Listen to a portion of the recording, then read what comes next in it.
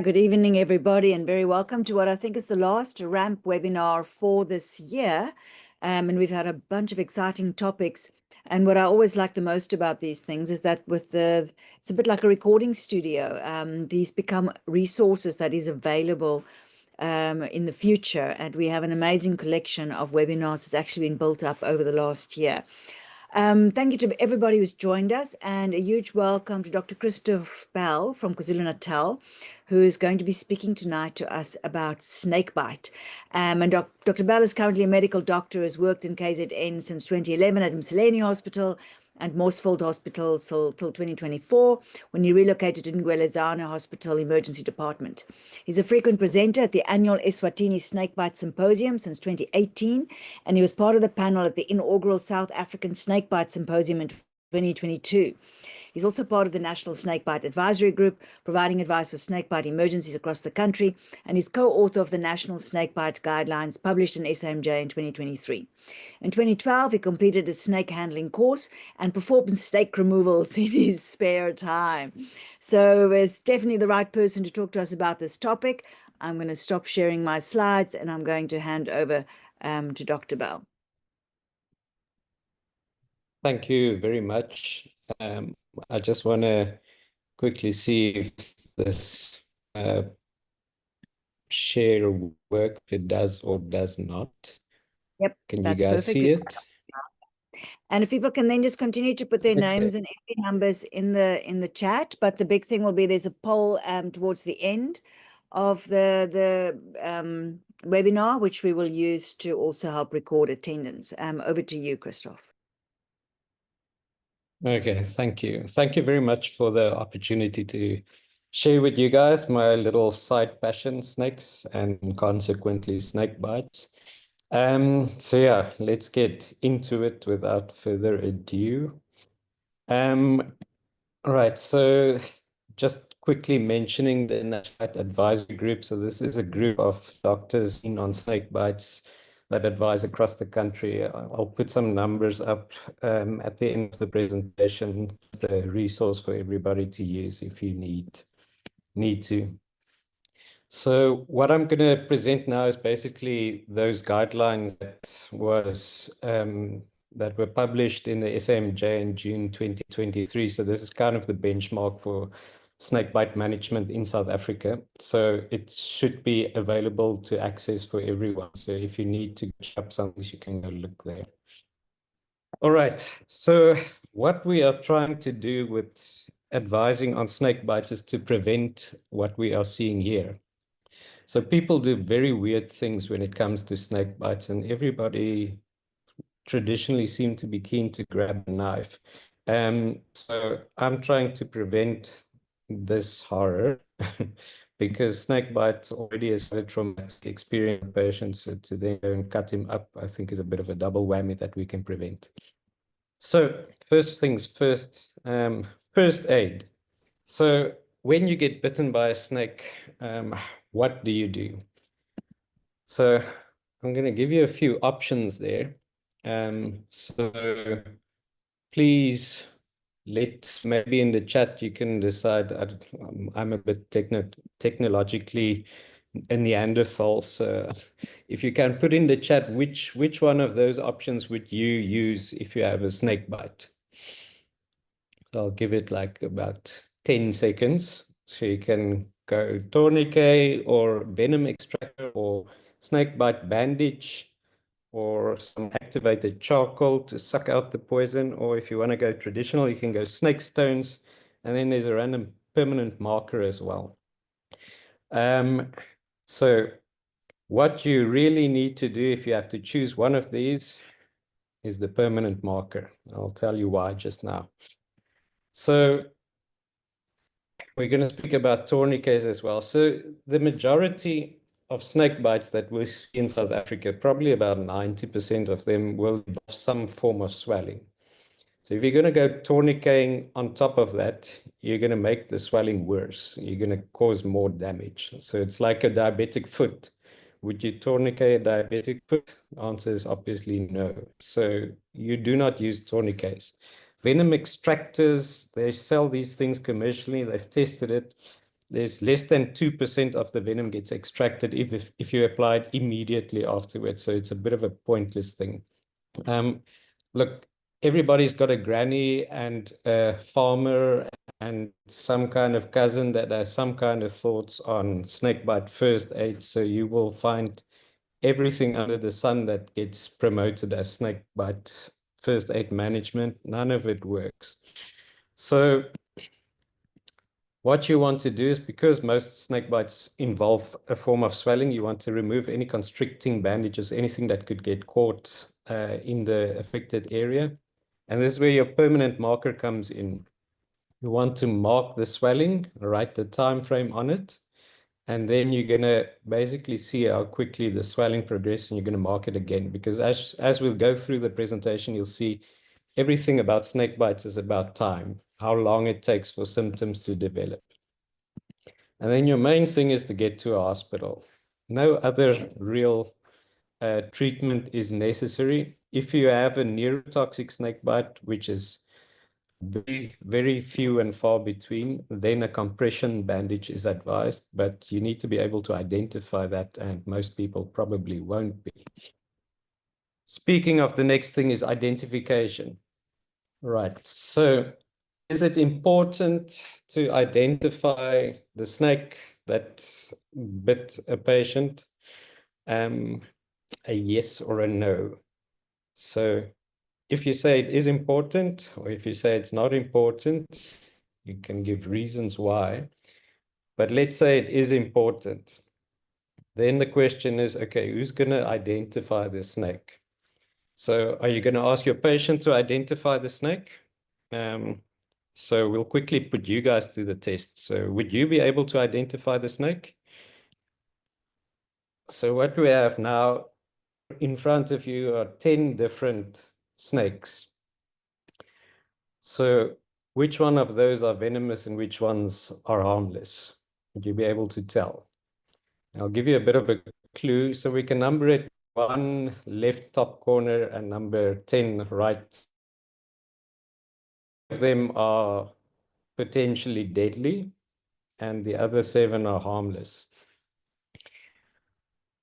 So if you would choose, which 3 would you choose? You can also put it in the chat and see what you come up with. I'll give you another 10 seconds. Also, just apologies, my fiber in the area went off, so I'm on dodgy Vodacom. So if the connection is unstable or you can't hear me. All right, it's the top 3 that are potentially deadly. So the first picture is a green mamba, the second one is a boomslang, the other one is the next one next to it is also a boomslang. The rest are a variety of Natal green snake, reed snake, spotted bush snake, and green water snake. All right, we're not done yet with the identification game. So also snakes are quite fast. So if they bite you, you might not have a lot of time before they sail off into the bushes. So what is that? And then this one, you can put this in the chat if you want to. Okay, so would you be able to identify any of those 3 snakes? So the answer is they're all the same snake. They're all boomslang, which just shows, again, color is not a way of identifying a snake because it varies with region, with whether it's a or a female, and whether they're a young or an old snake. So I think hopefully I convinced you enough now to say that, okay, you probably won't be able to identify the snake. What makes you think that your patient will be able to identify the snake?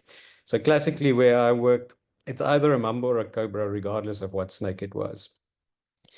So with this problematic thing, when it comes to identification of snake, what do? We use the syndromic approach. So I'll quickly summarize the whole talk in terms of management before we continue. So with the snake bite, you're either going to give polyvalent antivenom, or you're going to give monovalent antivenom, or you're going to observe and watch and wait. Those 3, regardless of which snake it was.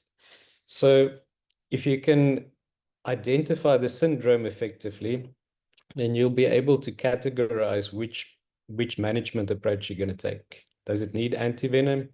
Does it need polyvalent or monovalent? That's the only two questions you need to ask. So we use the syndromic snake approach to snake bites. So previously, you probably would have heard cytotoxic, neurotoxic, or hemotoxic. So you can use those terms. In the literature, it's more described as painful progressive swelling, which is your cytotoxic, progressive weakness, which is your neurotoxic, and then bleeding, which is obviously your hemotoxic. Then you get a mild to moderate swelling, which is fortunately what we see most. Probably about 80% of bites we see would be mild to moderate swelling. And you don't need to do much with these patients except supportive care.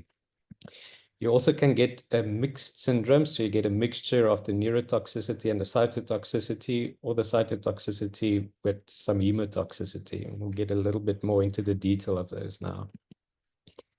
So if I have to ask you the top biters in South Africa, the top venomous biters in South Africa, top 3, what would your guesses be?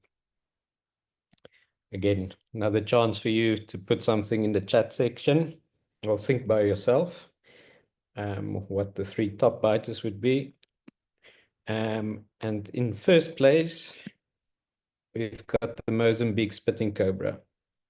So anyone that's worked in Northern KZN or even the northern parts of the country, Limpopo, those areas would have seen probably a Mozambique spitting cobra bites. We'll talk a bit more about them now. In second place is the puff adder, quite widely spread over South Africa. And then stiletto snake, which is more also again coastal and in northern parts of South Africa. I'll talk a little bit more about the features of these snakes as we go along. So painful progressive swelling, dealing with the syndromes. So you can see this kid is a classic Mozambique. What is that area of discoloration, and that usually means that that area is going to get necrotic. And then you get the swelling that spreads up the arm, and you'll get some blistering as well. So we see this classically with the Mozambique spitting cobra. So this is, I like snakes, but even the snake lovers say this is a bit of a crappy snake. So this is the only snake that goes into people's homes at night and bites them while they're asleep. So the theory behind it is that they're ferocious feeders. They will eat anything. So they're in feeding mode. So they basically strike out at anything that looks like it could potentially be food. So easy way to diagnose this bite, even without seeing the snake, is if you hear the story that someone was asleep in their home, in their hut, and they were bitten, and they come in with swelling and discoloration, you know it's a Mozambique spitting cobra. They cause quite a lot of damage. They cause subcutaneous necrosis. So the muscle layers are fine. It's not compartment syndrome, but you'll see over a few days, everything becomes mucky and looks very sluffy. And that's basically this fat necrosis that you get under the skin, the subcut layers. So they cause quite a lot of morbidities. These patients end up long in hospital with wounds that struggle to heal and get contractures, and so they end up with skin grafts. And yeah, takes a lot of effort to treat these patients over a long period of time. Mild to moderate swelling. So this is likely what you'll most often see. So this is swelling that is not that significant. So it's painful, it's causing a bit of discomfort, but it's going to go down in a couple of days. The snakes most responsible for these, this is where the stiletto snake comes in. So the feature of the stiletto snake, which you can see in this picture, and also just to say thank you to Johan Marena, African Snakebite Institute, for lending me his pictures. But the main feature of this little snake is it's got side fangs. So it's a small snake, it's 30, 40 centimeters. So people think it's little more than a worm, so they pick it up. But because of the side fangs, it's the only snake that you can't handle safely, even snake catchers. So you can't neck it in terms of handling, because it just turns its head to the side and jabs you on the thumb and the finger. So most often people will be bitten on fingers, sometimes on feet if they step close to it. So it's a nasty, nasty little snake. And then the night adder, which is also quite a common snake across South Africa. So they basically cause mild to moderate swelling. So antivenom is not effective for these ones. So it's basically just observation and supportive care with elevation, and eventually the swelling goes down. The one caveat to it is if you get bitten on a finger, it's a small surface area, so there the venom concentrates. So this picture is of a stiletto snake bite. So on a finger, it can cause quite a lot of blistering, even if the rest of the hand doesn't really get that swollen. The main thing with these are they actually heal, even as bad as it looks. You don't cut off that finger. If you just debride it and you do proper wound care, they actually heal quite well. So then the main question is, when is it painful progressive swelling? So the main cytotoxic syndrome, and when is it mild to moderate swelling? So these are a few guides that you can use. So if you treat a lot of snake bites, you start to get a feel for it. But if you don't treat a lot of them, this is kind of a helpful guide. It's not set rules, but it gives you something to work with. So as you can see, it's all about how quickly the swelling happens. And this is why your permanent marker is your first aid tool of choice, because that will determine and show you how quickly the swelling progresses. And that will then categorize it, whether this is a serious cytotoxic bite or just a mild to moderate swelling. So I'm not going to read through all of those. You can see it for yourself, and you can go back to it.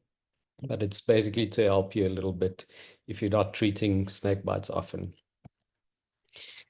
Then you get the mixed syndrome, so the cytotoxicity with the hemotoxicity. So you'll get all those features of cytotoxicity, and then when you do the blood, you'll see a low platelet count and a raised INR.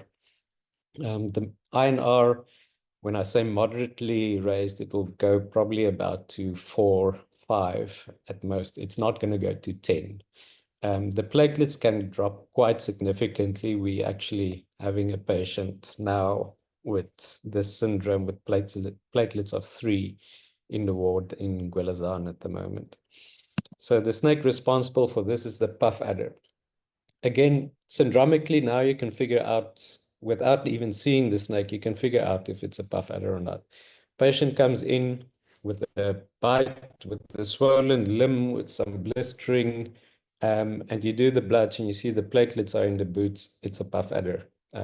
There's not many other snakes in South Africa that's going to cause that. So puff adder bites, they swell notoriously more than the Mozambique spitting cobra. So this is the ones where you'll often get the whole limb swelling, and you sometimes get these large blood-filled blisters. You can see the thumb of this guy. He's a snake handler that was caught by a puff adder on the thumb. And about a week later, this is what his thumb looked like. So no surprise, his thumb got amputated. So this is not the same as a stiletto. This is, you get some serious necrosis. So when you see that, and you got the blood results, then you know it's a puff adder. All right, then moving on to the hemotoxic, the bleeding syndrome. So the main feature about this is it takes long to develop, which is a blessing, sorry, a blessing and a curse. Because blessing is you've got time to figure out and get the patient to a place with monovalent antivenom. But the problem, the curse of it is you'll have a patient that was bitten 4 or 5 hours ago, and he looks absolutely fine. You think it's an asymptomatic bite. Meanwhile, there's a coagulopathy happening in the background. So the VICC stands for venom-induced consumption coagulopathy. So basically what happens is the venom causes microclots to form and shoot off in the body. And the body breaks it down and it keeps going. So until all the clotting factors are used up, once that has happened, then the bleeding starts. So that's why it takes quite a bit of time for it to develop. But once it starts, it's quite horrendous.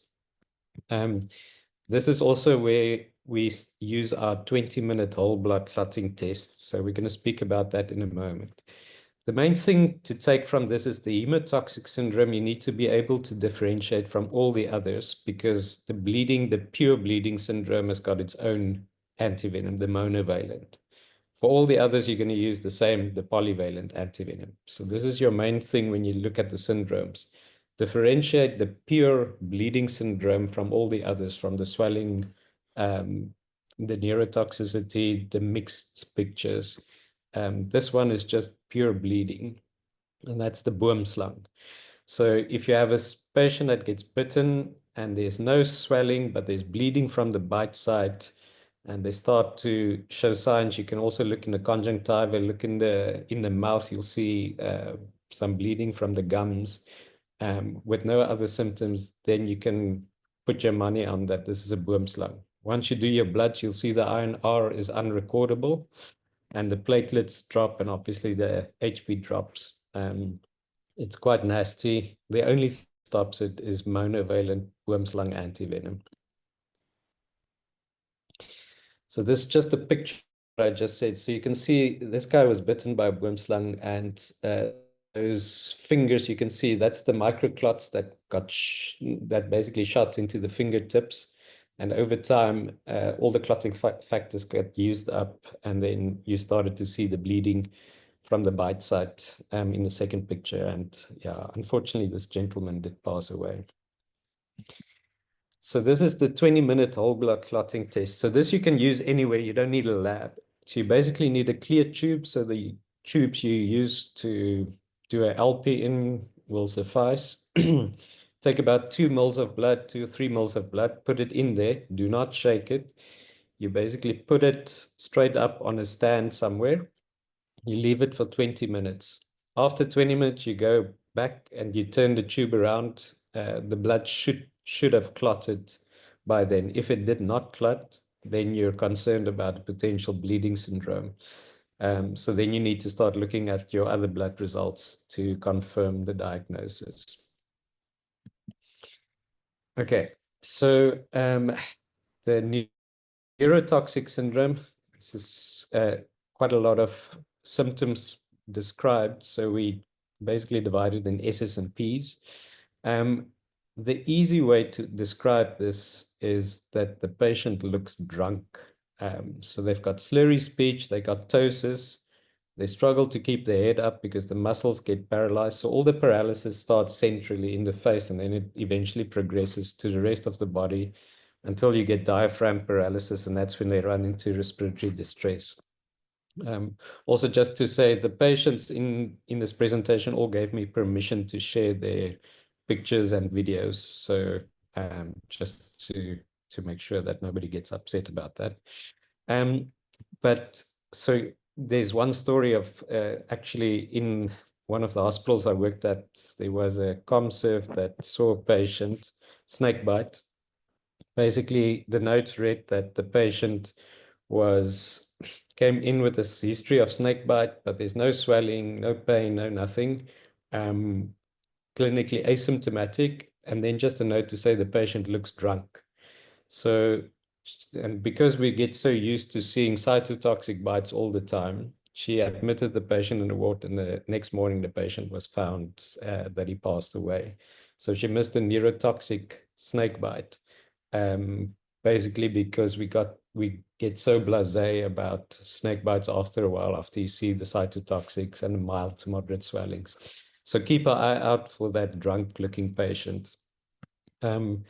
The symptoms progress quite rapidly in a boom. Yeah, just to say, black mamba is your classic one responsible for this. And in the Western Cape, it's the Cape Cobra.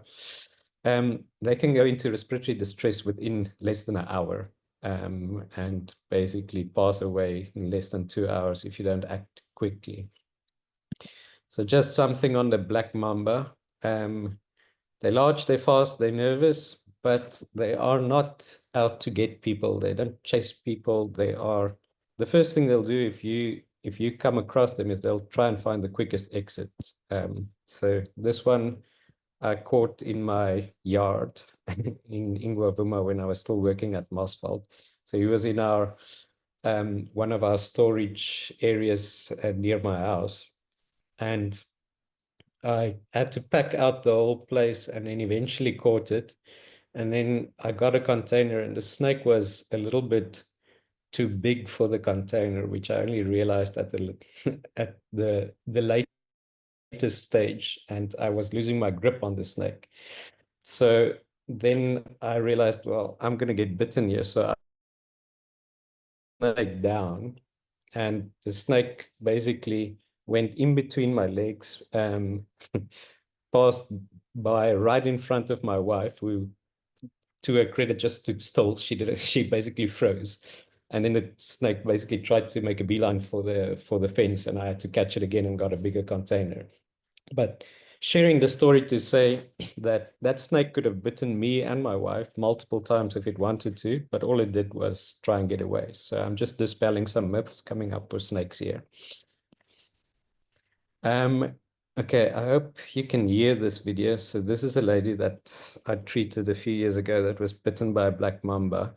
So in terms of what I just described, just if you can listen and then just look at her presentation.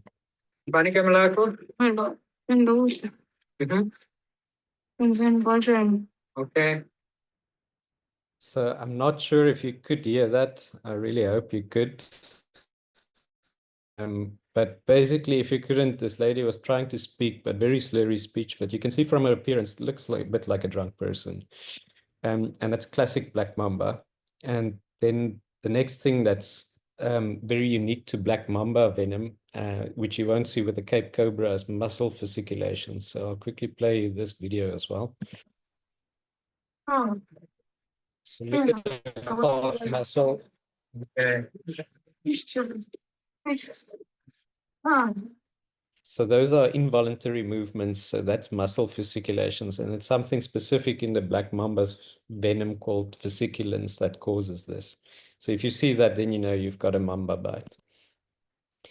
Just want to quickly mention compartment syndrome, because this is what everybody traditionally was scared of when it comes to snake bites, and why everybody got cut up. Compartment syndrome is extremely rare. And the only way to diagnose it is really with a striker needle to measure the compartments.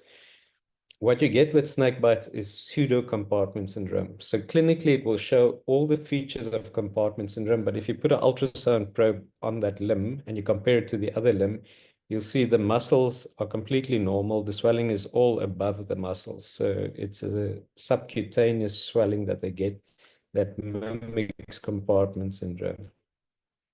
So, I mean, I've treated more snake bites than most, and I've never diagnosed compartment syndrome in any snake bite. So before you diagnose that, you get on the phone and you speak to a whole lot of other people before you decide to go cut someone's limb open, because it's a morbidity that a patient will live with for the rest of their life that's probably unnecessary. Okay, just finally, there's some mixed swelling and neurotoxicity. It's usually your non-spitting cobras that cause this, also wrinkles, green mamba to some degree as well. Okay, then presentation. So now the patient comes to the ED. So what do you do? So this is often the presentation when they come.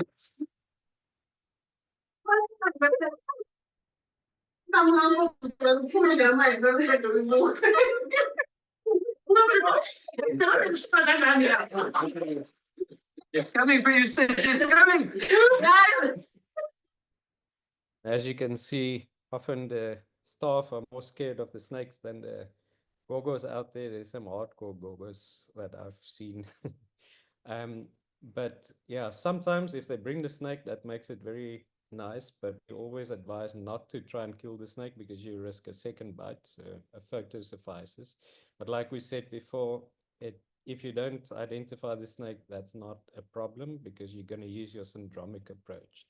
So the first thing is your history and the time of bite. Again, reiterating, everything is about how quickly it progresses. So if the patient was bitten 10 hours ago and the swelling is sitting around the ankle, I'm not so worried.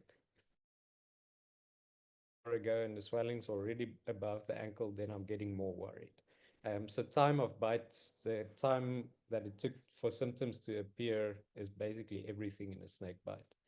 The night bite, I already explained to you guys. If you get that, most likely Mozambique spitting cobra. Then just ask about first aid, because people do weird things with snake bites, and often you end up treating the first aid more than the snake bite, and people will come with tourniquets and all kinds of things, and then the swelling, is it the tourniquet, is it the snake bite? So it becomes difficult. So just find out, did they quickly go put something on there before they came to you? Yeah, when you treat snake handlers, they get sensitized to venom from maybe from previous bites. So there is an anaphylactic component that can come in, but that's very specific to snake handlers. And just quickly find out other medical history, because if someone is on warfarin and they got an INR of 3 with a snake bite, that's not necessarily a problem. While if they're not, then obviously it's more of a problem. So just find out other medical history.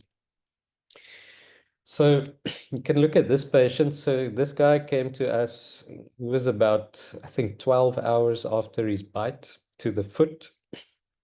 So if you see this, what do you think?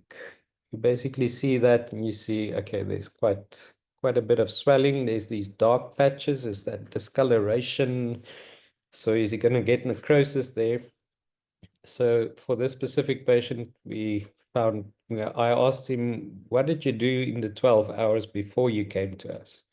And then he said, no, he went to a traditional healer. So you can see at the top, just below the knee, there's an indentation.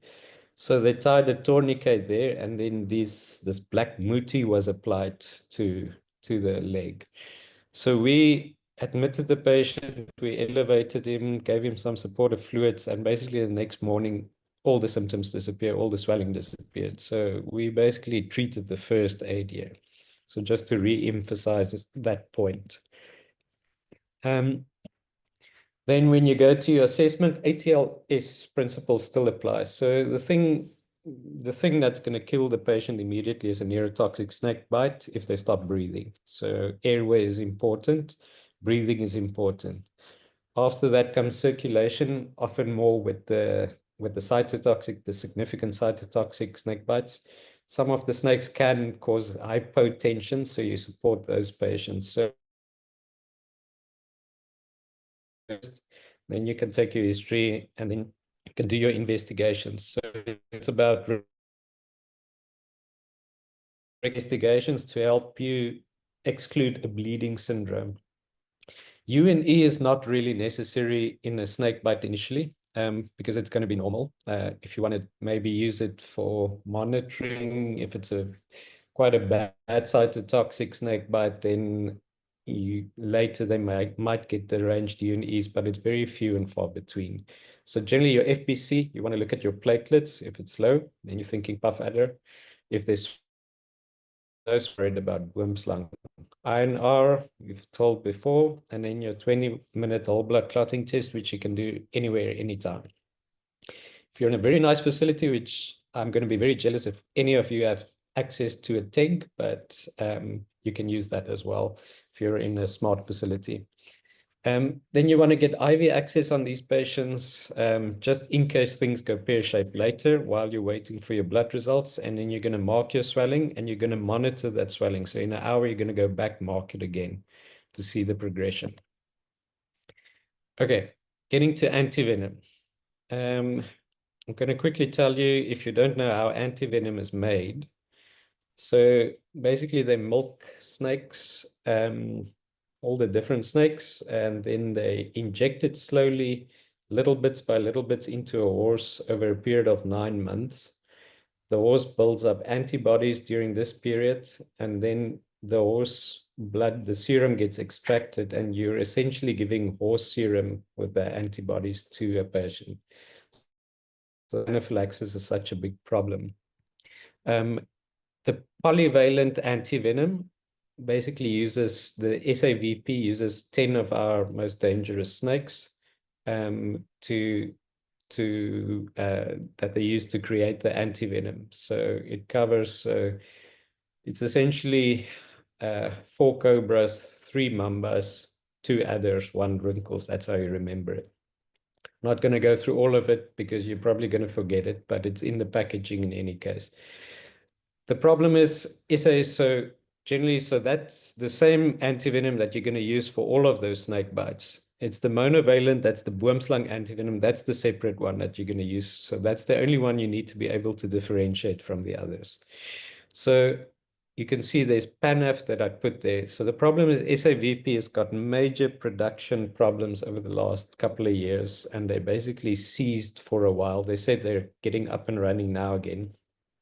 But as the emergency, we got an alternative product called PANAF, which was created with basically the whole of Africa in mind. So it covers 24 different snakes.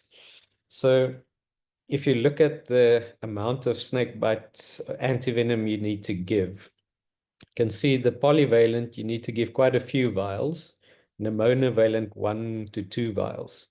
So it would make sense if you think about it, because essentially if you take the polyvalent, it's got the SAVP has got, if you take 10 mils, the 1 vial, it's basically got 10 different snakes in there.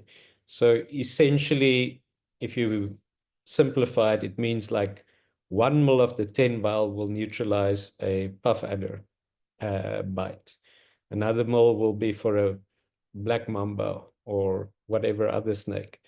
So that's why you need to end up giving 6 to 8 vials so you get enough of the puff adder component to neutralize the puff adder. That's why you need to give more. While if you've got a pure monovalent for the boomslang, that whole ampule is just boomslang antivenom. So you only need to give 1 or 2 more.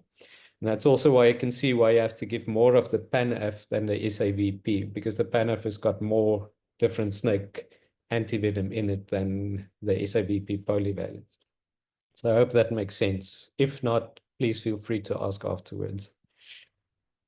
Okay, who do you give it to? It's pretty simple. It's your dangerous ones. So your painful progressive swelling, the one that's more serious than a mild to moderate swelling. Then any neurotoxic sign. If there's any neurotoxic antivenom, you're going to give antivenom. And then if there's significantly abnormal bloods, which we've already discussed. And then if you have a positive boomslang ID, you're going to give antivenom regardless of the symptoms. Because as I explained, it takes long to develop. You don't want to wait until the patient starts to bleed, because then you're already in deep waters. So if you have a positive boomslang identification, there you're going to give the antivenom straight. And how to give it? So the main concern is obviously anaphylaxis.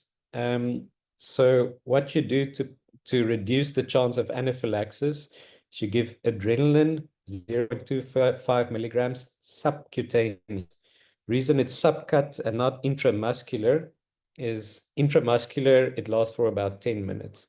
Subcut, it lasts for about 45 minutes. So if you're going to give IM before you start, basically as you get the first bit of the antivenom in, you're going to lose the benefit of the adrenaline, because it takes about 20 to 30 minutes to get the antivenom in, because you're going to put it in a saline solution, you're going to run it in over that period. So antihistamine and prednisone or steroids does not work as a pre-medication. They've done the studies on it and they found that only adrenaline works as a pre-medication. If you get anaphylaxis while administering the antivenom, then you can give your antihistamines and your hydrocortisone, because then you're treating anaphylaxis. So just to be clear, pre-med, preventing anaphylaxis, that's just adrenaline subcut. If you treat anaphylaxis, if you see the BPs drop, then you give your IM adrenaline, then you give your antihistamine and your steroids. So the main thing is you need to monitor these patients. I put the blood pressure cycle on 3-minute cycles, and you cannot prescribe this and walk away. You can't tell the nurses to give it. You unfortunately have to stay with the patient. So I stay with the patient throughout the infusion, and then I stay for another half an hour to an hour afterwards with the patient, because you can get delayed reactions. And once you've seen anaphylaxis, you know you don't have time. You have to immediately act. So have everything prepared, even your intubation things, before you give antivenom. So once you've administered your antivenom, or if you decide not to administer your antivenom, you admit them for 12 to 24 hours to observe them for any symptoms.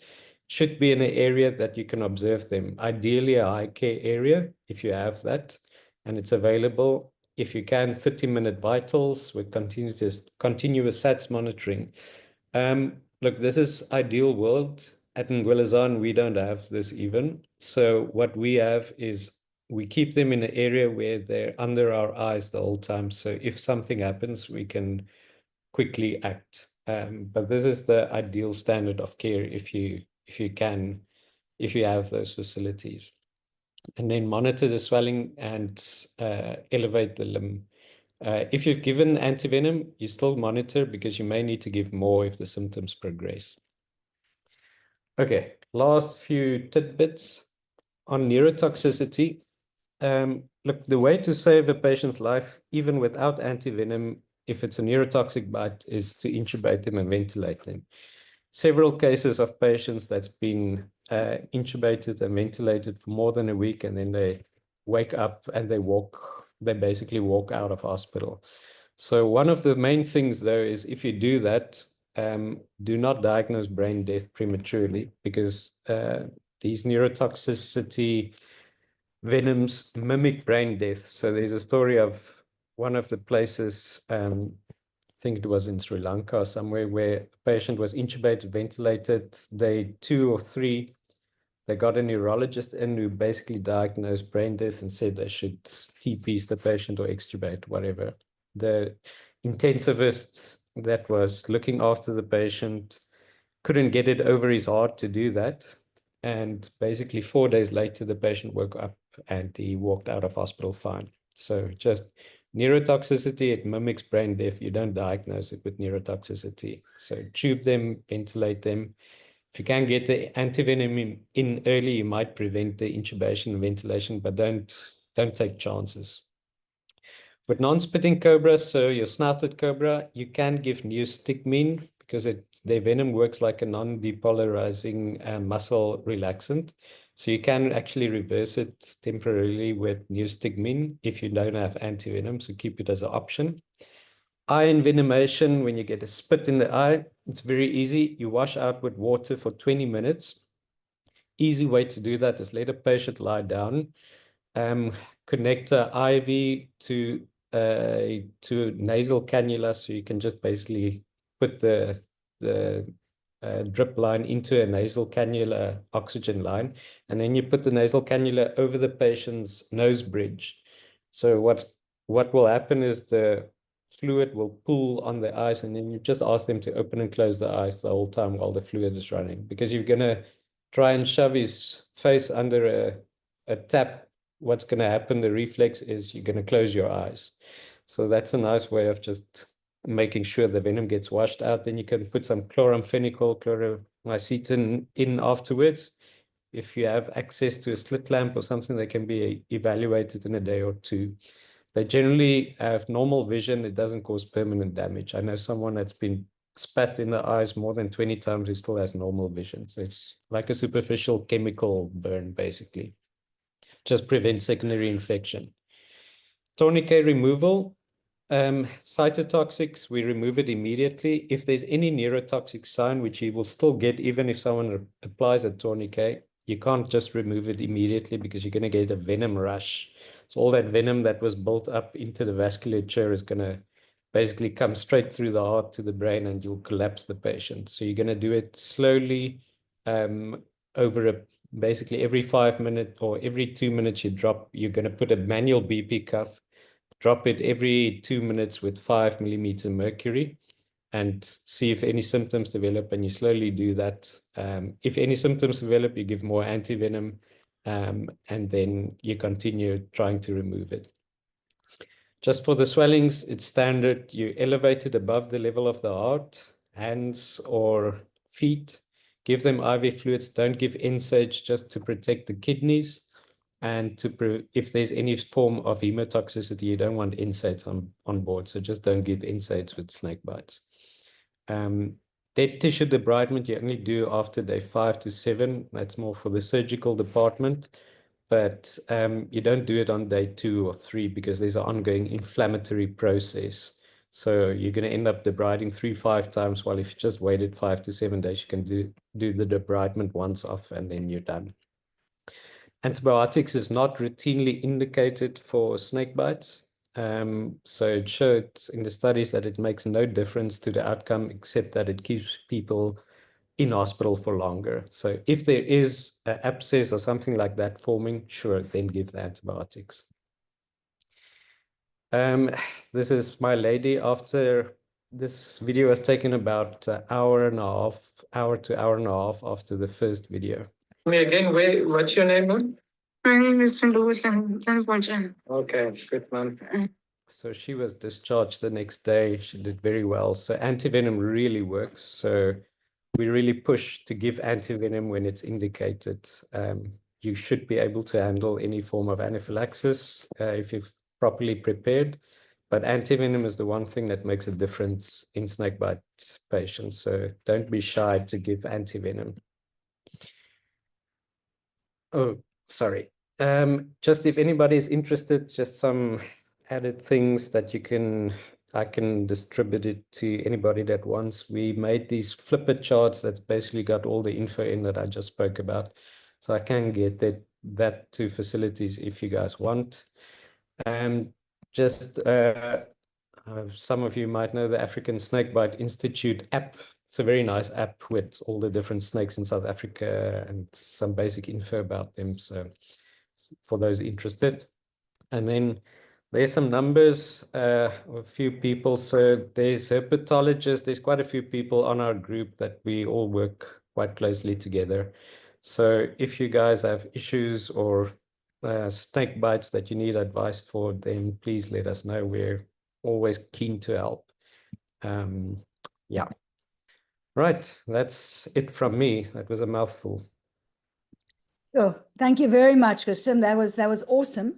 And I think it's one of those things, especially or depending on where you live, where one actually sees, one can see quite a bit of it, especially if you're up that side, KZN side.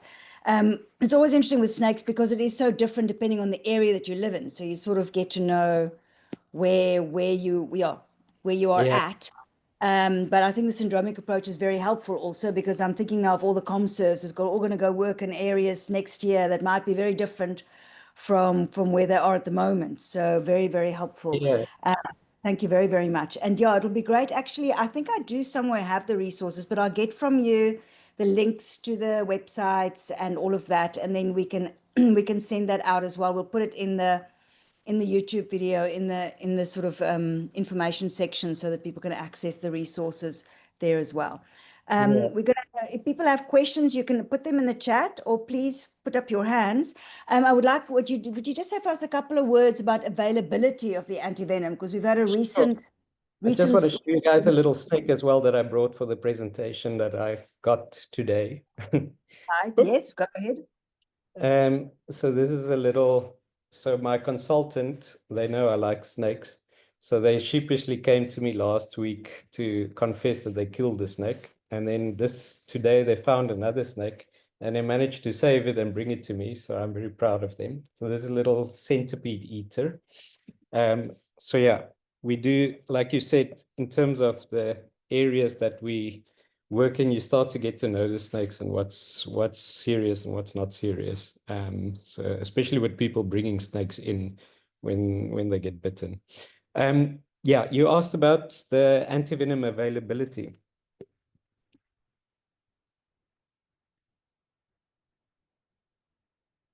Sorry, just checking. Did you ask about antivenom availability? Availability, yeah, just in terms of availability, you can, yeah.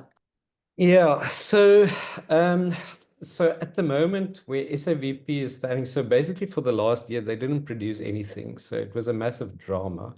So we all ran like stressed a bit, but then we got PANAF, which works actually really well, and it is freely. So the guy that basically is involved with getting it in, he basically says he can get it to anywhere in the country within 24 hours. So it is useful to just have some stock of antivenom. So the PANAF you can get. And I'm happy to give details of the guy, the contact details of the guy. If you need to get it. Also, it is on government procurement, so it is approved for state use. So you shouldn't have a problem to get it in terms of too much paperwork. So SAVP will see. They over the years they often say a lot of things, and not all of it is generally what they say in the media is what is actually happening on the real front. So I'm waiting to see if SAVP is going to produce more. So the polyvalent has been an issue. They still had a bit of stock of the monovalent. The monovalent you probably will only find in your bigger facilities. It's not often you have it in the smaller district hospitals because it's a bit more expensive and you don't use it often. So boomslang, they don't bite often. But when they bite, you need the antivenom. So, and generally there's time to transfer these patients to the bigger facilities. So there is still boomslang antivenom around. PANAF, you should be able to get if you need for your facility. SAVP, the jury is out whether they're going to be true to their word or not. Right. Okay, that's useful to know that there's another product in. Is there any questions or comments on the line? Maybe also in terms of availability of antivenom at your sites?